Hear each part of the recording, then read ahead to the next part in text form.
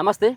నిన్నటి వరకు హైదరాబాద్ సెంట్రల్ యూనివర్సిటీకి సంబంధించినటువంటి భూముల విషయంలో ప్రభుత్వం మరి ఒక రకంగా ఆ యూనివర్సిటీకి సంబంధించిన భూములను కాజేయాలని చెప్పేసి ప్రయత్నిస్తుందనేది యూనివర్సిటీకి సంబంధించినటువంటి విద్యార్థుల యొక్క వాదన. సో ఎట్టకేలకైతే ఆ సంబంధించినటువంటి వివాదానికి పులి స్టాప్ పెట్టడం జరిగింది. తాత్కాలికమైనటువంటి పులి స్టాపే. దీంట్లో మరి కాంగ్రెస్ పార్టీకి అది లాభం వస్తుందా, రానున్నటువంటి రోజులలో ఏ విధంగా నష్టాన్ని చేకూరుస్తుంది, అలాగే రానున్నటువంటి 3 ఏళ్లలో మళ్ళీ ఖచ్చితంగా బీఆర్ఎస్ పార్టీ అధికారంలోకి వస్తుంది అని చెప్పేసి కేటీఆర్ మాట్లాడుతున్నటువంటి మాటలు కావచ్చు, అలాగే కేంద్ర మంత్రి అయినటువంటి బండి సంజయ్ని ఉద్దేశిస్తూ తంబాకు నమలడం తప్పించి బండి సంజయ్కి ఇంకేం తెలియదని చెప్పేసి చేసినటువంటి వ్యాఖ్యలు కావచ్చు, కేటీఆర్ చేసినటువంటి వ్యాఖ్యలు, వీటన్నిటిపైన మాట్లాడేటువంటి ప్రయత్నం చేద్దాం. మనతో పాటు మైపాల్ అన్నోడు ఒకసారి మాట్లాడదాం. అన్న నమస్తే. ముఖ్యంగా మొదలుగా 3 సంవత్సరాల్లో మళ్ళీ మా ప్రభుత్వం వస్తుంది, మళ్ళీ ముఖ్యమంత్రి కేసీఆర్ అవుతాడు, మేము వచ్చిన తర్వాత ఒక్కొక్కరిని అంత చూస్తాం, మేము అన్ని రాసి పెట్టుకుంటా ఉన్నాం అన్నటువంటి వ్యాఖ్యలు కేటీఆర్ చేస్తూ ఉన్నాడు. సో ఈ యొక్క 15-16 నెలల కాలంలోనే కాంగ్రెస్ పార్టీ పైన అంత వ్యతిరేకత వచ్చిందా? సో మరొక పక్కన 3.5 సంవత్సరాల తర్వాత మళ్ళీ ఎలక్షన్స్ వస్తే మళ్ళీ బీఆర్ఎస్ పార్టీ ఏమైనా అధికారంలోకి వచ్చేటువంటి అవకాశం కనబడతా ఉన్నదా? అదే ఇప్పుడు తొందరపడి కోయిల ముందే కూసింది అన్నట్టు 3 సంవత్సరాలు అంటుండు. యాక్చువల్లీ ఇది 2 సంవత్సరాలు కూడా ఈ ప్రభుత్వం పూర్తి చేసుకోలేదు. రిజల్ట్ ఎప్పుడు వచ్చింది, ఎలక్షన్ ఎప్పుడు జరిగింది అంటే డిసెంబర్ వస్తే 2 ఏళ్ళు అయినట్టు. డిసెంబర్లో ఈ డైలాగ్ కొట్టినా, లేదంటే నెక్స్ట్ వచ్చే జనవరిలో ఈ డైలాగ్ కొడితే 3 ఏళ్ళు అంటే ఒక మీనింగ్ ఉంది. పట్టుమని 1 ఇయర్ అయిపోయి ఒక 2-3 నెలలు అట్లా ఎక్స్ట్రా అవుతుంది, 3-4 నెలలు. ఒక మాట మీకు చెప్పాలి, ఉగాది పండుగ రోజు పంచాంగం చెప్తారు కదా, పంచాంగంలో అయ్యగారు ఏమని చెప్తాడంటే సంవత్సరంలో మళ్ళీ కేసీఆర్ అధికారంలోకి వస్తారని చెప్తాడు. అదే పంచాంగం ఇట్లా. ఇప్పుడు అదే పంచాంగం 1 ఇయర్ అంటే 1 ఇయర్. మరి కేటీఆర్ ఏమో ఈయన కూడా ఒక జ్యోతిష్యుడు అనొచ్చు. ఆయన అయ్యవారే, ఈయన అయ్యవారే, కానీ ఈయన అయ్యవారి కొడుకు అయ్యవారు, మినీ అయ్యవారు అంటే యువ అయ్యవారు, ఆయన మెయిన్ అయ్యవారేమో అది. ఇప్పుడు అయ్యవార్ల జ్యోతిష్యం చెప్పిన నువ్వు, వీళ్ళు ఎంత ఫ్యామిలీ డబుల్ టంగ్స్ అంటే 2 మూతుల పాములు అంటారు కదా. ఇప్పుడు కేసీఆర్ని ఎవడన్నా విమర్శిస్తే 70 ఏళ్ళ పెద్ద ఆయనను పట్టుకొని ఆ మాట అంటారా, ఈ మాట అంటారా, అసలు వీళ్ళు సంస్కారం లేదు అని మన రేవంత్ రెడ్డి మీద కానీ బండి సంజయ్ మీద కానీ ఇంకెవరన్నా మన లాంటి వాళ్ళు మాట్లాడితే కేటీఆర్ అంటాడు. అన్నప్పుడు మరి నువ్వన్నా నీ నోళ్ళు దగ్గర పెట్టుకోవాలి కదా. సరే అవతల కూడా అంటుండు, నువ్వు చెప్తున్నావు, ఓకే, అంతవరకు బాగుంది. మరి నా తంబాకు తింటాడు అన్నప్పుడు ఇమీడియట్గా ఇప్పుడు బండి సంజయ్ అభిమానులు అంటారు, మనం ఓకే ఏమంటారు, అసలు ఇది అడగాల్సింది బీజేపీ వాళ్ళు క్వశ్చన్. బండి సంజయ్ అభిమానులు ఏమంటారు, ఆయన తంబాకు తినడా మన నేనైతే చూడలేదు, కానీ అన్నందుకు మాత్రం మరి మీ అయ్యా చీప్ లిక్కరా, గుడుంబన, సీసల కల్లా, గుల్పారం కల్లా, లేకపోతే అప్పుడప్పుడు ఫారెన్ కంట్రీల నుంచి ఏమైనా తెప్పించుకొని తాగుతాడా? మరి తాగుపోతూ అంటారు. ఇక నువ్వు ఆయన తంబాకు తింటాడా అన్నప్పుడు నువ్వు మీ అయ్యని తాగుపోతా అంటే తప్పేముందల్లా? ఇక రేపు ఇదే ట్రెండ్ నేర్పుతారా? ఇక నుంచి మనం కేటీఆర్ పర్మిషన్ ఇచ్చిండండి, ఆయన బండి సంజయ్ని తంబాకు అన్నాడు కాబట్టి బండి సంజయ్ అభిమానులు రేపటి నుంచి కేసీఆర్ తాగుపోతాడు కాబట్టి అని అంటారు. తాగుపోతా కాదా మనం పోయి చూడలే, నేను కూడా ఇప్పటిదాకా తాగుపోతాడని నేను అనలే, కానీ తాగుతాడని తెలుసు. కానీ రేపటి నుంచి బండి సంజయ్ అభిమానులు తాగుపోతాడు హ్యాష్ అని పెట్టేసి అది చేస్తారు. తర్వాత ఇలా కూతురా చెల్లె లిక్కర్ దందా చేసింది, ఆయననేమో తాగుపోతూ ఈయన తాగుడు సెల్లింగ్. తాగడం అంటే ఆయన లిక్కర్ డ్రింకింగ్, ఈయన లిక్కర్ సెల్లింగ్. ఓకే, సెల్లింగ్ అంటే ఇక రేపటి నుంచి అంటారు కవితక్కని మరి లిక్కర్ రాని, లిక్కర్ దొంగ అని అంటే అప్పుడు నువ్వు అనొద్దుగా మా ఆడబిడ్డను పట్టుకొని ఇట్లా అన్నారు, పెద్ద ఆయనను పట్టుకొని ఇట్లా అన్నారు, లేదంటే ఈ మనిషిని చూసి వాడు ఇట్లా పర్సనాలిటీగా ఉన్నాడు, నా కొడుకుని అంత మాట అంటారా? ఇక అనొద్దుగా. నువ్వు బండి సంజయ్ అన్నావు, నువ్వెవరు నేను ఏదైనా అంటావు, మీ ఇంటి వాళ్ళని మాత్రం ఎవడేమనొద్దు. ఇక ఇది ఏంటి అంటే తెలంగాణ ప్రజలు కూడా ఆల్రెడీ ఇలా ద్వంద్వ వైఖరి అర్థం చేసుకునే మొన్నటి జరిగిన అసెంబ్లీ ఎన్నికల్లో వీళ్ళు మనుషులు గారని పల్లెటూరు వాళ్ళు బాగా అద్భుతంగా అర్థం చేసుకున్నారు. ఇంకా అవే చెప్తున్నారు. ఇంకా కర్మగాలి ఇంకా 10 ఏళ్ళు ఉండడం వల్ల ఇలా నిజస్వరూపం బయటపడిపోయింది. ఒకవేళ వాళ్ళు ఇప్పటిదాకా అధికారంలోకి రాకుండా ఉంటే వీళ్ళు ఒక్కొక్క మాట్లాడే మాటలకు ఇంత మంచి వాళ్ళని మనం ఒక్కసారైనా గెలిపియలేము అనుకునేటోళ్ళు. కానీ ఇప్పుడు నాడు నేడు అని అన్ని ట్రోల్ చేస్తారు. అవును, అది ఇప్పుడు ఆయనకు ప్రతిపక్ష హోదా ఇస్తూ ఉంటే ఆయన ఫామ్ హౌస్కి మాత్రమే పరిమితం కావడం జరిగింది. సో ఫామ్ హౌస్లో ఉన్నటువంటి కేసీఆర్ మీకు నమ్మకం అనిపిస్తూ ఉందా మళ్ళీ వచ్చేటువంటి రోజులలో మళ్ళీ కేసీఆర్ అదే సీటు మీదకి, ముఖ్యమంత్రి సీటు మీదకి వచ్చేటువంటి అవకాశం ఏమన్నా ఉంటుందా? మొన్న ఇప్పుడు సెకండ్ ప్లేస్ ఏదో వచ్చింది, అది సిటీలో. ఇప్పుడు సెకండ్ ప్లేస్గా థర్డ్ ప్లేస్ కూడా వస్తుందో రాదో డౌట్. థర్డ్ ప్లేస్కి ట్రై చేసుకోవాలి. అంతే. ఎందుకంటే ఇప్పుడు కొత్తగా బీసీల నినాదం వినబడుతుంది. బీసీల నుంచి ఒక పార్టీ రావచ్చు. బీజేపీ కూడా మొన్న అంత నెగిటివ్లో కూడా 8 సీట్లు వచ్చినాయి, వాళ్ళకు కొన్ని సీట్లు పెరగవచ్చు. కాంగ్రెస్ పార్టీ మరి ఎట్లా ఉంటుంది అనేది వీళ్ళది మళ్ళీ వీళ్ళది కథ. కాకపోతే ఈ కాంగ్రెస్ అయినా బీఆర్ఎస్ అయినా రేపు వెనుకబడిపోతాయి నాకు అనిపిస్తుంది, ఇది అంత సినారియో చూస్తుంటే. ఓకే, వాళ్ళు ఇక కళలు కనడమే. అంటే అంతకుముందు లోకేష్ నేను ఏదో ఎల్లో బుక్ రాసుకున్నదా రెడ్ బుక్ అన్నాడు కదా, సేమ్ అది కాపీ కొడుతున్నారు ఎక్కడ పోయినా. మేము ఒక బుక్ రాస్తున్నాం, మేము అంత చూస్తాం, లేకపోతే నెక్స్ట్ వచ్చేది మనమే. అవును, ఈ టైప్ ఆఫ్ డైలాగులు. హైదరాబాద్ సెంట్రల్ యూనివర్సిటీ యొక్క భూములు మీరు ఎవరికి అమ్మినా మేము తీసుకుంటామంటే ఒకసారి అమ్మిన తర్వాత తీసుకోవడానికి ఉంటుందా? కేటాయించడాలు వేరు, అమ్మడాలు వేరు. అవును. ఇప్పుడు గతంలో అనేకమైనటువంటి ప్రభుత్వ భూములను అమ్మిర్రు. అమ్మిన తర్వాత తీసుకోవడానికి ఎట్లుంటుంది? ఒకవేళ కేసు పెండింగ్లు ఉంటే ఏమన్నా అనొచ్చు. వీళ్ళు కూడా కోకపేటలో 100 కోట్లకు ఒక ఎకరం అమ్మినాం అని చెప్పేసి సంబరాలు చేసుకున్నారు. ఇక్కడ భూములకు బాగా రేట్ వస్తూ ఉన్నదని చెప్పేసి వీళ్ళు కూడా అమ్మినటువంటి గతంలో మనం చూడడం జరిగింది చాలా. ఒకటా రెండా? అసలు వాళ్ళు అన్ని జిల్లాలలో అమ్ముడు తర్వాత బీఆర్ఎస్కు 33 జిల్లాలలో బీఆర్ఎస్ భవన్లు వచ్చినాయి. అవన్నీ ప్రభుత్వ భూములు కావా? అవును, ఫ్రీగా. మనకు అసలు సిగ్గుండాలనా? వాడు వచ్చి చిలక పలుకులు పలుకుతున్నాడు, పాపం అంటే ఆక్సిజన్ లేకనంట బిక్కు బిక్కుమంటుర్రు అని చెప్తున్నాడు. ఆక్సిజన్ ప్రేమికుడు, ఇంత ఆక్సిజన్ మీద ప్రేమ ఉన్నాడు. మరి కాళేశ్వరం కట్టినప్పుడు కొన్ని 100 ఎకరాల భూమి అసలు అది అవసరం లేదు. ఇప్పుడు మనం ఉన్నాం, కాళ్ళతో నడుస్తున్నాం, తలకాయతో నడుస్తాడు ఎవడన్నా? తలకాయ కిందికేసి కాళ్ళు పైకేసి నడవగలుగుతామా? మరి నీళ్ళు పైనుంచి కిందికి రావడము, ఆకాశంలో మీదికి వెళ్ళి కింద పడడం అనేది ఏదో ఒక న్యాచురల్ పద్ధతి. కిందికి వెళ్ళి పైకి వెళ్తాయి ఆకాశానికి నీళ్ళు, లేకపోతే భూమి లోపటి నుంచి పైకి పోతాయి. అంటే న్యాచురల్గా జరగాల్సిందని న్యాచురల్గా చేయకుండా 1,00,000 కోట్లు పెట్టి ఆ అడ్డమైన మిషన్లని కొని ఆ మెగా కృష్ణారెడ్డినో ఇంకోనో అన్నో పిలిచి కాళేశ్వరం అనే ఒక ప్రాజెక్టు పెట్టి ఆ మధ్యలో ఇప్పుడు ఆ ప్రాజెక్ట్ రావాలంటే పెద్ద పెద్ద కాలువలు అవి దవ్వుకుంటూ కొన్ని వేల ఎకరాల భూమిని, అంటే అడవి ప్రాంతం కూడా ఉంది, అందులో కూడా జింకలు ఉన్నాయి, అందులో కుందేళ్ళు ఉన్నాయి, అందులో ఉడుములు ఉన్నాయి, అందులో నెమళ్ళు ఉన్నాయి, పక్షులు ఉన్నాయి. ఆ పాపం తలిగే కదా ఆ పాపాత్ముడు ఎగిరిపోయిండు. ప్రకృతి పగబడితే ఆ రకంగా ఉంటుంది. వాడు ప్రకృతికి విరుద్ధంగా చేసిండు. మరి ఏందన్నా నువ్వు రేవంత్ రెడ్డికి సపోర్టా అని మీరు అనొచ్చు. నేను ఎందుకు రేవంత్ రెడ్డికి సపోర్ట్ చేస్తా అండి? ప్రకృతిని ఎవడు ధ్వంసం చేసినా నేనెవడు, ప్రకృతి పగబడుతుంది, నేను కాదు, మీరు కాదు. ఈయన నిజంగానే అక్కడ అది ఈయన అభివృద్ధి చేస్తా అంటే, అసలు అభివృద్ధి అంటే రేవంత్ రెడ్డికి డెఫినేషన్ తెలుసా? అభివృద్ధి అంటే ఐటీ పార్కులుగా ఐటీ తీసుకురావడం, కంప్యూటర్లు ల్యాప్టాప్లు ఐటీ కాదు. నువ్వు ఒక ఐటీ కంపెనీ పెడతావు అబ్బా, రేవంత్ రెడ్డికి రేపు బ్లడ్ తక్కువ పడుతుంది, ఏదో హెల్త్ ప్రాబ్లంలు వచ్చో లేదంటే చిన్న దెబ్బ తగిలో ఏదో తగిలి అయినా కానీ వాళ్ళ కుటుంబ సభ్యులకు హిమోగ్లోబిన్ అవసరం, బ్లడ్ ఎక్కియాలి. కంప్యూటర్ చిప్ పెడితే రక్తం వస్తుందా? వస్తుందా చెప్పు అనిల్? రాదు కదా. మరి ఈ ల్యాప్టాప్ పెడితే వస్తుందా? మొబైల్ ఫోన్ పెడితే వస్తుందా?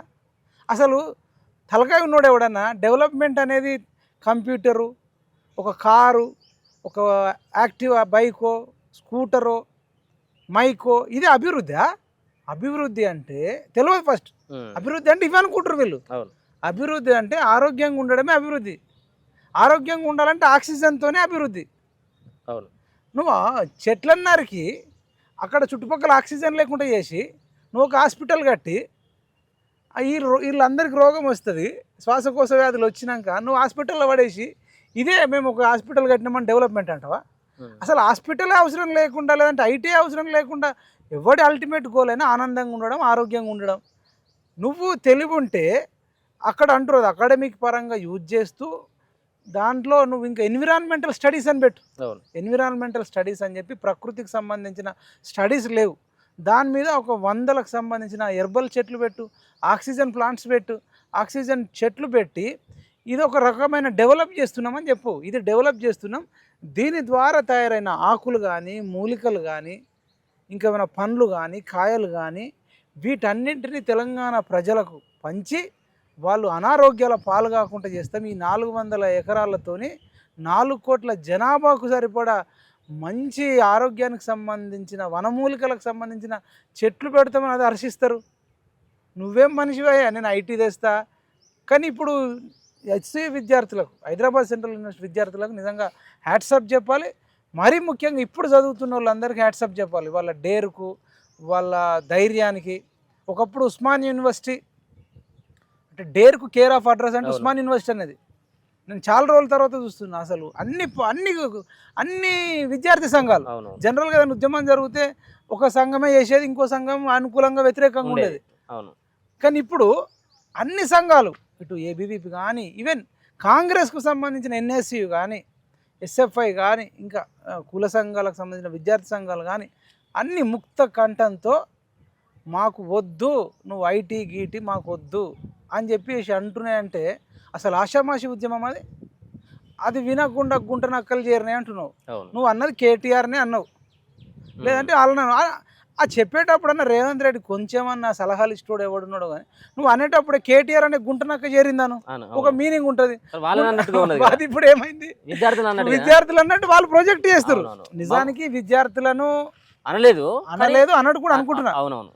ఎందుకంటే కొరివితో కోరుకోరు కదా ఇప్పుడు. కానీ ఆ మీనింగ్ మాత్రం అట్లా విద్యార్థులు అదే అనుకున్నారా?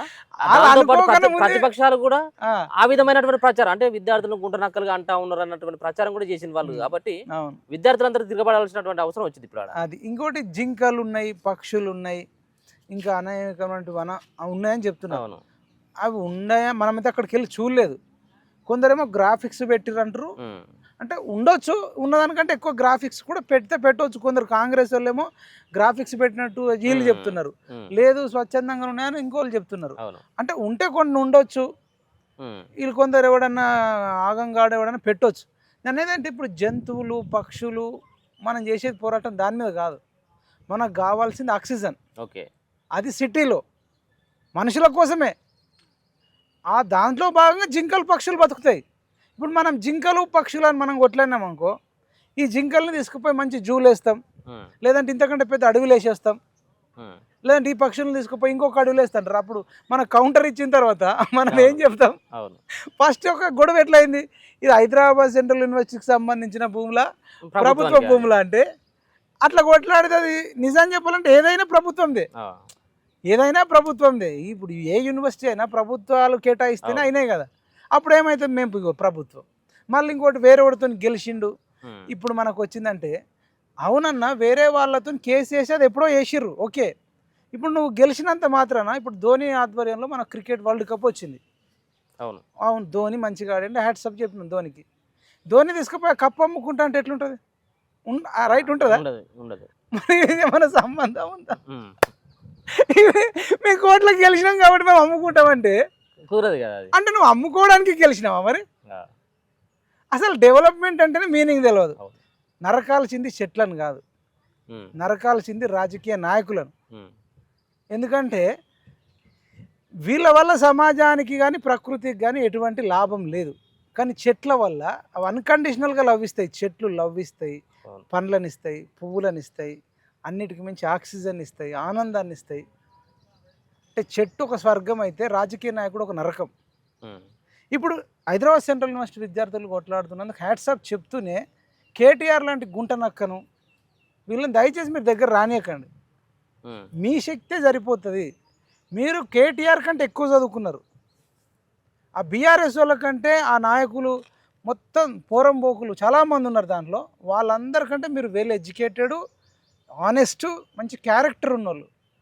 మీ శక్తిని కూడా ఇప్పుడు నేనే కొట్లాడి స్టే తెప్పించిన హైకోర్టులో, సుప్రీంకోర్టులోనే క్యాచ్ చేసుకొని రేపు మేము ఎలక్షన్ ప్రచారంలో కూడా వీళ్ళు వాడుకునే ఛాన్స్ ఉంటుంది. అవును, కాబట్టి నేను హైదరాబాద్ సెంట్రల్ యూనివర్సిటీ విద్యార్థులకు అసలు పాపం వాళ్ళు చేసేది అన్కండిషనల్గా వాళ్ళ కోసం కూడా కాదు. రేపు వాళ్ళు జాబ్లు వస్తాయి, వ్యాపారాలు చేసుకుంటూ ప్రపంచ దేశాలలో కానీ మన దేశంలో ఎక్కడైనా వెళ్ళిపోతారు. వాళ్ళు కొట్లాడేది మేము ఇలా చదువుకున్నాం, రేపు మేము ఇక్కడ ఉన్నా లేకపోయినా రేపు మళ్ళీ భవిష్యత్ తరాలకు ఉండాలని ఆ యూనివర్సిటీ యొక్క కృతజ్ఞత అంటే రుణం తీర్చుకోవడం కోసం వాళ్ళు చేస్తారు. కానీ అది వాళ్ళ సొంతంగా చేసేది కాదు. వాళ్ళు రేపు 6 నెలలు వెళ్ళిపోయి ఉన్నారు, 1 ఇయర్లో వెళ్ళిపోయి ఉన్నారు, 2 ఇయర్స్లో వెళ్ళిపోతారు, 3 ఇయర్స్లో వెళ్ళిపోతారు, 5 ఇయర్స్లో అందరు ఖాళీ అయిపోతారు, మళ్ళీ కొత్త రక్తం వస్తుంది. ఇప్పుడు మనం చూస్తూ ఉన్నాం కదా, రేవంత్ రెడ్డి తీసుకున్నటువంటి నిర్ణయాలు మొదటి నుంచి కూడా. సో హైడ్రాని తీసుకొచ్చాడు, 100% ఫెయిల్ అయిపోయాడు. కేవలం పేదవాళ్ళ ఇల్లు గుడిసెలు రోడ్డు పక్కన పెట్టినటువంటి పాన్ షాపులు మాత్రం కొనుక్కొచ్చి పెద్ద పెద్ద అవును హైడ్రా తర్వాత ఇంకోటి తీసుకొచ్చిండు ఏంటిది మూసిని ప్రక్షాళన చేస్తామని. దాని తర్వాత ఇప్పుడు సర్క్యులర్ జారీ చేసి ఇట్లా మైనస్ అయిపోయాడు. ఇప్పుడు ఈ సెంట్రల్ యూనివర్సిటీకి సంబంధించిన ఎందుకు ఈ నిర్ణయాల పరంగా ఎందుకు రేవంత్ రెడ్డి ఆచితూచి అడిగేయట్లేదు? అసలు ఎవరు సలహాలు ఇస్తా ఉన్నాడు? ఏంటి అసలు దీనివల్ల ప్రభుత్వానికి కానీ రేవంత్ రెడ్డి గారి కానీ సో మీరు గతంలో నుంచి చూస్తూ ఉంటే 10 నెలల కాలంలో ఏ విధమైనటువంటి అభిప్రాయం తెలంగాణ ప్రజలలో కలిగిందని చెప్పేసి అంటే ఏం చెప్తారు? ఇప్పుడు డైరెక్ట్గా ఇప్పుడు జనరల్గా మనం ఏదైనా విమర్శించినాం అనుకో, అట్లనే అంటాడు మైపాల్కి ఏదైనా పదవి ఇవ్వలేదేమో అట్లనే అంటాడు అనొచ్చు. అట్లా కాదు, ఎమ్మెల్సీ ఎన్నికల్లో ఆల్రెడీ రిజల్ట్ చూపించారు కదా. కరీంనగర్, ఆదిలాబాద్, మెదక్, నిజామాబాద్ దీనికి సంబంధించిన పట్టభద్రులది కానీ టీచర్లది కానీ రేవంత్ రెడ్డి అంటే మాకు ఇష్టం లేదు, రేవంత్ రెడ్డి పరిపాలన మాకు నచ్చట్లేదు, కాంగ్రెస్ పరిపాలన మాకు నచ్చట్లేదు కాబట్టి మేము ఓడగొడుతున్నామని చెప్పేసి ఓడగొట్టేసారు. ఇటు ఖమ్మం సైడ్ కూడా కాంగ్రెస్ వాళ్ళని ఓడగొట్టారు, ఖమ్మం, నల్గొండ, వరంగల్ కూడా. ఇక ఆల్రెడీ ఎడ్యుకేటెడ్స్ ఓడగొట్టేసారు. రేపు ఎడ్యుకేటెడ్స్ అంతా అన్ఎడ్యుకేటెడ్ని ఎడ్యుకేట్ చేసి స్వాహా. ఇప్పటికి ఇంత నెగిటివ్ ఉన్న క్రమంలో మళ్ళీ నువ్వు హైదరాబాద్ సెంట్రల్ యూనివర్సిటీ ముట్టుకోవడం, మళ్ళీ ఉస్మాన్ యూనివర్సిటీకి సంబంధించిన సర్క్యులర్ జారీ చేయడం అంటే ఇటు ఉస్మాన్ యూనివర్సిటీతో పెట్టుకుంటున్నావు, ఉస్మాన్ యూనివర్సిటీ విద్యార్థులతో పెట్టుకుంటున్నావు, ఇక్కడ ధర్నాలు చేయొద్దు, రాస్తారోకలు చేయొద్దని. ఆల్రెడీ ఇక్కడనే బగ్గుమంటుంది, ఇదే నీకు పెద్ద తలనొప్పి అయింది. అంటే దీన్ని కూడా నువ్వు నిమ్మకు నీరైతున్నట్టు ఉంటూనే మళ్ళీ హైదరాబాద్ సెంట్రల్ యూనివర్సిటీ సైడ్ వెళ్ళి దాన్ని ఆనుకొని ఉన్న భూములను వాళ్ళు ఎప్పటి నుంచో అడుగుతున్నారు, మాకు ఇక అకాడమిక్ సైడ్ యూనివర్సిటీకి అప్పచెప్పండి. యూనివర్సిటీకి అప్పచెప్పడం అంటే వాళ్ళకి అప్పచెప్పడం కాదు, ఇక్కడ రేపు భవిష్యత్తులో ఎవరైనా తెలంగాణలో కానీ భారతదేశంలో కానీ మంచిగా చదువుకునేటోళ్ళు ఉంటే వాళ్ళకి ఇది ఒక అడ్డాగా అవుతుంది, ఎడ్యుకేషన్ హబ్ అవుతుంది. ఆ రకంగా ఉపయోగించుకోండి వినతి పత్రాలు చేస్తున్నారు. వాళ్ళు అడిగే దాంట్లో న్యాయం ఉంది, వాళ్ళు అడగకన్నా ముందే మీరు చేయాలి. అయిపోయాయి. ఇక ఉస్మాన్ యూనివర్సిటీతో కోక్కున్నాడు, హైదరాబాద్ సెంట్రల్ యూనివర్సిటీతో రెండింటిని కలిపి కోక్కున్నాడే. ఈ కేసీఆర్ అన్న ఉస్మాన్ యూనివర్సిటీతో ఒక్కదాంతోనే కోక్కున్నాడు, కానీ రేవంత్ రెడ్డి ఉస్మాన్ యూనివర్సిటీతోని ఇటు హైదరాబాద్ సెంట్రల్ యూనివర్సిటీతోని రెండింటితో కోక్కున్నాడు. ఆయనకు 38 అన్న వచ్చినాయి, వీళ్ళకి 8 అన్న వస్తాయా అనేది పెద్ద డౌట్. ఇంకొకటి ఏమైందంటే వీళ్ళు ఎంత చిత్రమైన మనుషులు అంటే కాంగ్రెస్ వాళ్ళు, మాకు సోషల్ మీడియా లేదు కాబట్టి మేము ఇట్లా అవుతున్నాం, లేదంటే సోషల్ మీడియా మేము తిప్పి కొట్టలేకపోతున్నాం, బీఆర్ఎస్ వాడికి సోషల్ మీడియా ఉంది వాడికి ఉంది అని అనుకుంటారు. అవును, అసలు మీకు ఏ సోషల్ మీడియా ఉన్నా లేకపోయినా మీరు తీసుకునే నిర్ణయాలు మంచిగా ఉంటే ప్రజలే మీకు బ్రహ్మరథం కడతారు. అవును, యువత బ్రహ్మరథం పడతాయి. అన్ని యూట్యూబ్ ఛానళ్ళు కూడా మీకు సపోర్ట్ చేస్తాయి. అందులో ధర్మమే లేదు. హైదరాబాద్ సెంట్రల్ యూనివర్సిటీ విద్యార్థులకే సపోర్ట్ చేస్తాం. వాళ్ళు అడిగే డిమాండ్లు కూడా చాలా న్యాయబద్ధమైన డిమాండ్లు, ప్రకృతి కోసం కాపాడమంటున్నారు. దాన్ని డెవలప్మెంట్ ఎట్లా డెవలప్ చేయాలి? నువ్వు ప్రకృతికి నేను చెప్తాను, ఐడియా నీకు తెలియకపోతే తెలుసుకో. దాన్ని టాప్ క్లాస్ ఆక్సిజన్ ప్లాంట్ చేయి. నేను ఇంతకుముందు చెప్పినట్టు హెర్బల్స్ అవి చేసి పూల చెట్లు, టాప్ క్లాస్ పూల చెట్లు, కొన్ని పండ్ల చెట్లు, కొన్ని హెర్బల్ చెట్లు, ఆక్సిజన్ ఇచ్చే చెట్లను పెట్టి రేపు చాలామందికి ఆక్సిజన్, ఇప్పుడు శ్వాసకోశ వ్యాధులు వస్తాయి, తర్వాత అనేక మందికి అనారోగ్య సమస్యలు వస్తాయి, లంగ్స్ ప్రాబ్లం ఉంటుంది, ఊపిరితిత్తుల సమస్య ఉంటుంది, హార్ట్ ప్రాబ్లమ్స్ ఉంటాయి. ఇట్లాంటి అనేక ప్రాబ్లమ్స్ ఉన్న వాళ్ళకు మనం ఇప్పుడు అనంతగిరి కొండల్లో అక్కడికి వెళ్ళి తీసుకెళ్తారు. అక్కడ తీసుకెళ్ళిన తర్వాత అనంతగిరి కొండల దగ్గర క్షయవ్యాధి ఉన్న వాళ్ళకి తగ్గిపోతుంది. అక్కడికి పోతే క్షయవ్యాధి కొన్ని రోజులు అక్కడ ఉన్నామనుకో, ఒక వారం 10 రోజులలో క్షయవ్యాధి వచ్చిన వ్యక్తులు ఎవడు పోయినా తగ్గిపోతుంది. ఓకే, ఇప్పుడు నువ్వు అట్లా ఆక్సిజన్కి సంబంధించి తయారు చేస్తే నువ్వు ఒక 5,000 పెట్టు, 10,000 పెట్టు, అందులో ఎంట్రీ కావాలంటే. ప్రాబ్లం వచ్చినోడు ఏం చేస్తాడు? డబ్బులు ఉన్నోడు. గరీబోడికేమో ఒక 1,000 రూపాయలు 2,000 పెట్టు, డబ్బులు ఉన్నోడికి 50,000 లక్ష రూపాయలు టికెట్ పెట్టు. ఆ 400 ఎకరాలలో పోయి ఓ నెల రోజులు ఉండేటట్టు కొన్ని ఆశ్రమాలు కట్టు, ఆ మంత్రి సత్యనారాయణతో మాట్లాడు. అంతే కదా, అట్లాంటి వాళ్ళు ఉన్నారు కదా అనేక మంది. అట్లా చేసుకుని అది డెవలప్మెంట్ అంటారు. కానీ ఇదేందా పనికి మళ్ళీ డెవలప్మెంట్? ఐటీ తెస్తా. ఇప్పటికైనా బుద్ధి తెచ్చుకొని ప్రజల అభిష్టానం తెలుసుకో. సరే, నిజంగానే హైదరాబాద్ సెంట్రల్ యూనివర్సిటీ విద్యార్థులు కానీ లేదంటే తెలంగాణలో ఉన్న యువత అంతా నువ్వు ఐటీ తీసుకురమ్మని నీకు ఒకవేళ అడిగిర్రు అనుకోండి, అప్పుడు తెద్దు, అది ఆలోచిద్దాం. సో పార్టీ మారినటువంటి ఎమ్మెల్యేల పట్ల మీ అభిప్రాయం ఏంటిది? రానున్నటువంటి ఒక నెల 2 నెలల టైంలో ఉప ఎన్నికలు వచ్చేటువంటి అవకాశం కనబడుతుంది. పార్టీ మారినటువంటి ఎమ్మెల్యేలు మేము దేవుని కండవ కప్పుకున్నాం తప్పించి మేము పార్టీ కండవాలు ఎక్కడ కూడా మారలేదని వాళ్ళు చెప్తా ఉన్నారు. సో సుప్రీంకోర్టు ఏ విధమైనటువంటి నిర్ణయం తీసుకుంటే బాగుంటుంది, స్పీకరు ఎందుకు తాత్సారం చేస్తాడు అనుకోవచ్చు. ఒకవేళ ఇప్పుడు పార్టీ మారినటువంటి ఎమ్మెల్యేలు ఎవరైతే ఉన్నారో అక్కడ ఉప ఎన్నికలు వచ్చినట్టయితే మళ్ళీ పార్టీ మారినటువంటి ఎమ్మెల్యేలు గెలిచేటువంటి అవకాశం ఉంటుంది. ఒకవేళ కనుక వాళ్ళు మళ్ళీ పోటీ చేయాలంటే మళ్ళీ కాంగ్రెస్ పార్టీ నుంచే పోటీ చేయాల్సిన అవసరం ఉంటుంది. కాంగ్రెస్ పార్టీ మళ్ళీ వాళ్ళకి టికెట్ ఇవ్వాలి, ఎందుకంటే ఆ పార్టీలోకి వచ్చింది కాబట్టి, వాళ్ళు ఉప ఎన్నికలకు వచ్చినాయి కాబట్టి వాళ్ళ పట్ల ప్రజలు ఏ విధంగా రిసీవ్ చేసుకునేటువంటి అవకాశం ఉంటుంది. అదే రాజకీయ నాయకులు ఎంత దొంగలంటే అందితే జుట్టు లేకపోతే కాళ్ళు, అందితే జుట్టు లేకపోతే కాళ్ళు. ఇక సుప్రీంకోర్టు దగ్గరకు వచ్చింది మా పదవి గండం బయటట్టుంది అని చెప్పేసి మళ్ళీ డబ్బులకి మీ పదవి ఉండడం కోసం. కాబట్టి నేను అనేది ఏంటంటే ఇట్లాంటి దొంగలు ఉంటారు, మనుషులలో స్వార్థం ఎక్కువ ఉంటుంది. దట్టు రాజకీయ నాయకులు గుంట నక్కల కంటే డేంజరు, మృగాల కంటే డేంజర్. కాబట్టి ఈ రేపు ఇంకా యువత అంతా కూడా ఈ అన్ని రాజకీయ పార్టీల మీద ఒత్తిడి తీసుకొచ్చి అసలు ఒక పార్టీలో జాయిన్ ఉన్నాడు ఇంకో పార్టీలో వెళ్ళడానికి ఎటువంటి ఎలిజిబిలిటీ లేకుండా, ఓకే పాకిస్తాన్ వాడికి ఇండియన్ ఆధార్ కార్డు ఇస్తామా? ఇయ్యం కదా. అట్లా ఒక పార్టీలో ఉన్నోడికి ఇంకొక పార్టీలో అసలు సభ్యత్వం ఇవ్వడము, అది తీసుకోవడము, వేయడము, దాన్ని కౌంట్ చేయడము, ఇట్లాంటిది ఏమీ ఉండదు అనేది ఒక చట్టం తీసుకురావాలంటున్నా. ఖతం అయిపోయి ఎక్కడ దొంగలు అక్కడ గప్చుప్ అన్నట్టు ఒక పార్టీలో కూడా జాయిన్ అయ్యంటే వాడు సచ్చేదాకా అట్లనే ఉండాలి. ఒకవేళ నేను వెళ్ళిపోతా అంటే వాడిని ఏం చేయాలి? నువ్వు ఏదన్నా వేరే సేవ చేసుకోని ఒక వేరే రాజకీయ పార్టీలోకి పోయేటట్టు ఉండకూడదు. ఇక వాడు స్వచ్ఛంద సేవ చేసుకో, ఇంకేమన్నా చేసుకో, కానీ నేను ఈ పార్టీలో జాయిన్ అవుతుంటే అసలు అది ఎలిజిబిలిటీ అయ్యొద్దు అంటున్నా. ఇప్పుడు ఒక ఎస్ఐ జాబ్ వచ్చింది అనుకోండి, నాకు ఎస్ఐ నుంచి నేను సిఐకి పోవచ్చు, కానీ నేను తహసీల్దార్ అయితే అంటే కుదురుతుందా? కుదరదు. అట్లా ఇంకో డిపార్ట్మెంట్కు, ఒక డిపార్ట్మెంట్ డిపార్ట్మెంట్ నుంచి ఇంకో డిపార్ట్మెంట్ అంటే నువ్వు పోలీస్ డిపార్ట్మెంట్, రెవెన్యూ డిపార్ట్మెంట్కే మనకు ఛాన్స్ ఇవ్వనప్పుడు మరి ఒక రాజకీయ నాయకుడిని ఒక పొలిటికల్ పార్టీని ఇంకొక పొలిటికల్ పార్టీకి ఎందుకు ఇవ్వాలి? చట్టంలో ఈ లోపం ఉంది, ఈ లోపాన్ని సవరించేటట్టు ఈ రాజకీయ పార్టీల మీద ఒత్తిడి తీసుకొచ్చే బాధ్యత మన యువత అందరి పైన ఉంది. మేము రేపు భవిష్యత్తులో దీని మీద ఉద్యమం చేస్తాం, దానికి మీరు అందరు మద్దతు ఇవ్వాలని కోరుకుంటున్నాం. సో జర్నలిస్టుల మీద జరుగుతున్నటువంటి దాడులు అనుకోవచ్చు, ఇంకొక పక్కన భాష పైన జరుగుతున్నటువంటి కొంత ప్రచారమే కావచ్చు. సో జర్నలిస్టులు ఏ విధమైనటువంటి భాష తీరును మార్చుకోవాల్సినటువంటి అవసరం ఉంటుంది, ప్రభుత్వాలు కూడా జర్నలిస్టుల పైన జరుగుతున్నటువంటి దాడుల పట్ల ఏ విధంగా ఉంటే బాగుంటుంది అన్నటువంటి అభిప్రాయం చెప్తారు. అదే ఇప్పుడు మనం కూడా కేసీఆర్ మీద అనేక సార్లు మాట్లాడినాం చేసినాం, కానీ ఎక్కడ కూడా అంటే డెమోక్రసీలో అంటే కేసీఆర్ ఎంతవరకు మాట్లాడాడో మనం అంతవరకే మాట్లాడినాం తప్ప వాళ్ళ ఫ్యామిలీని బూతులు తిట్టడము లేకపోతే ఇంకోటి చేయడం చేయలే. వాళ్ళు ఎంతవరకు మాట్లాడారో మనం అంతవరకు మాట్లాడినా, వాళ్ళు శృతి మించినప్పుడు కొంతవరకు ఇట్లా మాట్లాడొద్దని గట్టిగా చేసినాం. కానీ ఎవరైనా సరే వాళ్ళ వ్యక్తిగత విషయాలలోకి వెళ్ళి మీరు ఇది చేసిర్రు, మీరు అది చేసిర్రు, అట్లా ఇట్లా, అసలు కొందరికి ఏం చేయనోడి మీద కూడా కొందరు బట్టగాల్చి మీద పడేసేవాళ్ళు ఉంటారు. అట్లాంటి వాళ్ళు కూడా తప్పే కదా ఎవరు చేసిన. ఇప్పుడు నువ్వేం చేయలేవు, అయినా నీ మీద నీకు ఏదో సంబంధం ఉందనో ఇంకోటి ఉందనంటే అది తప్పే కదా. అసలు అక్కడ యూట్యూబ్ అని చూడాల్సిన అవసరం లేదు, వ్యక్తిపరంగా చూడాలి. ఎవడైనా అంటే ఏదైనా న్యాయం ఉంటే ధర్మం ఉంటే అక్కడ మాట్లాడాలి. కొందరు ఏమవుతుందంటే మనం యూట్యూబ్ కూడా అనడానికి లేకుండా అయిపోయింది అనిల్. ఇప్పుడు యూట్యూబ్ ఛానల్ అంటే 1, 2, 3 ఉండవు అంతే. నేను అన్నది 100 కనబడి అవన్నీ యూట్యూబ్ ఛానల్ కావు. అఫీషియల్గా అవి సంబంధిత పార్టీలకు సంబంధించిన మీడియా. ఇప్పుడు ఫర్ ఎగ్జాంపుల్ బీఆర్ఎస్కు లైన్గా ఒక 10-20 ఛానల్ ఉంటాయి. వాళ్ళు యూట్యూబ్ జర్నలిస్టులు కారు, యూట్యూబర్స్ కూడా కారు. ఇప్పుడు వాళ్ళకి ఫేస్బుక్ అకౌంట్ ఉన్నట్టు, ఇన్స్టాగ్రామ్ అకౌంట్ ఉన్నట్టు, ట్విట్టర్, ఇప్పుడు కేటీఆర్ సైన్యం అని ఉంటుంది. ఇవంతే, కేటీఆర్ యూట్యూబ్, కేసీఆర్ యూట్యూబ్, కవిత యూట్యూబ్, హరీష్ రావు యూట్యూబ్, అట్లా ఉన్నాయి. కొన్ని బీజేపీకి ఉన్నాయి, కొన్ని కాంగ్రెస్కి ఉన్నాయి, కానీ 90% బీఆర్ఎస్కి ఉన్నాయి. వాళ్ళెవరు యూట్యూబర్ అవుతాడబ్బా? వాడు యూట్యూబరు కాదు నన్ను అడిగితే, జర్నలిస్టులు గారు. ఇంకేంది మరి, డైరెక్ట్ పెట్టుకోండి అంటున్నాం. కొందరు మెచ్చుకోవాలి, మేము డైరెక్ట్ బీజేపీకి సపోర్ట్ చేస్తున్నాం అనేటోళ్ళు ఉన్నారు, కొందరు కాంగ్రెస్కి చేస్తున్నామని చెప్పేవాళ్ళు. మరి బీఆర్ఎస్ డైరెక్ట్ మేము బీఆర్ఎస్కి చేస్తున్నామని చెప్పకుండా మేము తెలంగాణ వాదం, మేము ప్రాంతవాదం, అవన్నీ ఎందుకండి అలుచా మాటలు? డైరెక్ట్ మేము కేటీఆర్ సైన్యం అని పెట్టుకుని మేము బీఆర్ఎస్కి పక్తు పని చేస్తున్నామని చెప్పండి.